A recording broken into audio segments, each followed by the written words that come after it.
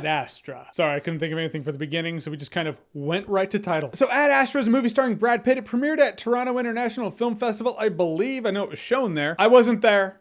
Still haven't seen Joker. And critics are raving about this thing. This is, you would swear to God, every critic got married to this thing in Toronto. Which makes sense. The movie comes across as a little pretentious sometimes. Like, not that the movie's bad or anything like that. It's not bad. It just kind of comes across a bit like a tour de force.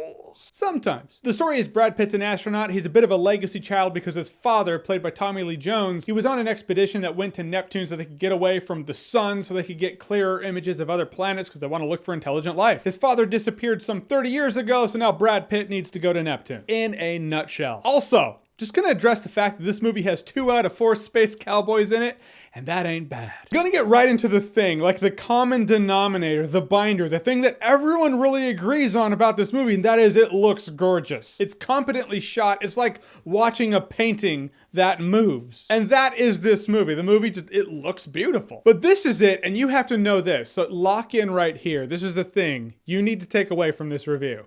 If nothing else, this is it. This movie is a slow burn. If that's not your thing, this movie's not your thing, because slow burn is what I would use to describe it, other than, you know, looks gorgeous. Looks gorgeous, slow burn. A gorgeous looking slow burn. Slow burn in terms of pacing and Brad Pitt having 2 pages of dialogue.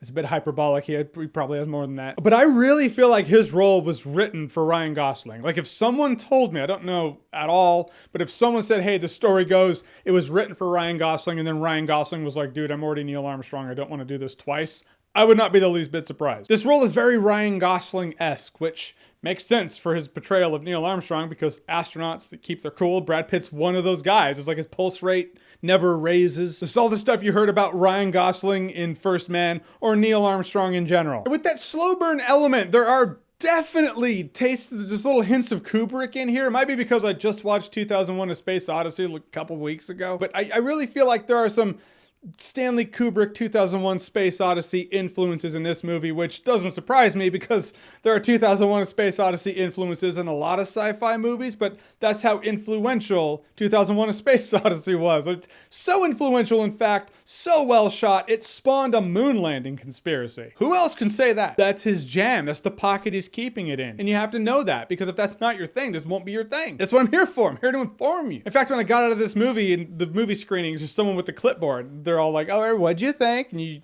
give them your one-line consensus of what you thought of the movie that just ended 10 seconds ago. I just said, I don't know. Ask me in a couple days. I actually saw this movie 5 days ago, so I just wanted to give it time to marinate. Be like, all right, let me process. I've seen a few people say this is the most accurate movie involving space travel, and that's probably true because there's a lot of downtime. And that's how space travel would be. It's not exciting. You're kind of sitting there. It's kind of like if there was a movie about a lot of people doing paperwork at desks for 2 hours, I'd be like, that's the most accurate movie about a police officer's life. Because a lot of paperwork. And I would say there's downtime in this movie, but it feels like downtime when you're watching it. But really, they are character moments. It's there to draw the scene out and draw out the emotion and be with Brad Pitt's character. And that's part of Brad Pitt's character. It's part of his arc. Like, you do see him grow as the movie goes on. There's this one scene where someone's talking with him, and you just see the emotion in his face. And very few actors can have so few lines, yet still show you, yeah, I'm the fucking man.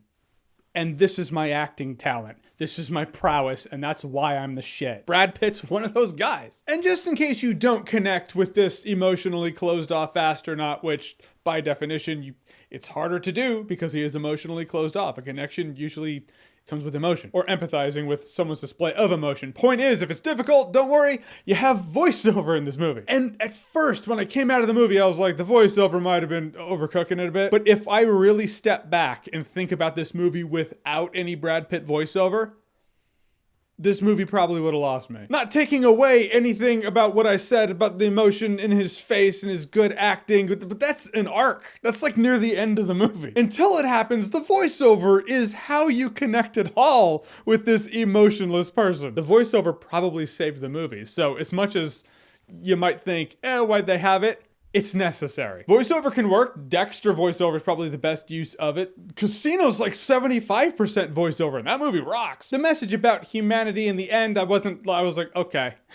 That's when the movie's less special because it's The visuals, that's the unique part. That's what stands out to me. The little message at the end, I've heard that a few times before. It's one of those rare cases where, as high on itself as this movie felt like it was, I can't say the movie's bad. Like, it's well done. And I'll say it was a good time. No alcohol required. Is this shirt tripping your eyes out? Just notice it has a bit of a pattern. I'm not refilming this thing, so if it did, I'm sorry. All right, so Ad Astra, have you seen it? What did you think about it? Or what's your favorite Space Odyssey movie? You can pick from any of them. Whatever it is, whatever you think, comment below, let me know. And as always, if you like what you've seen here and you want to see more, click right here to see more.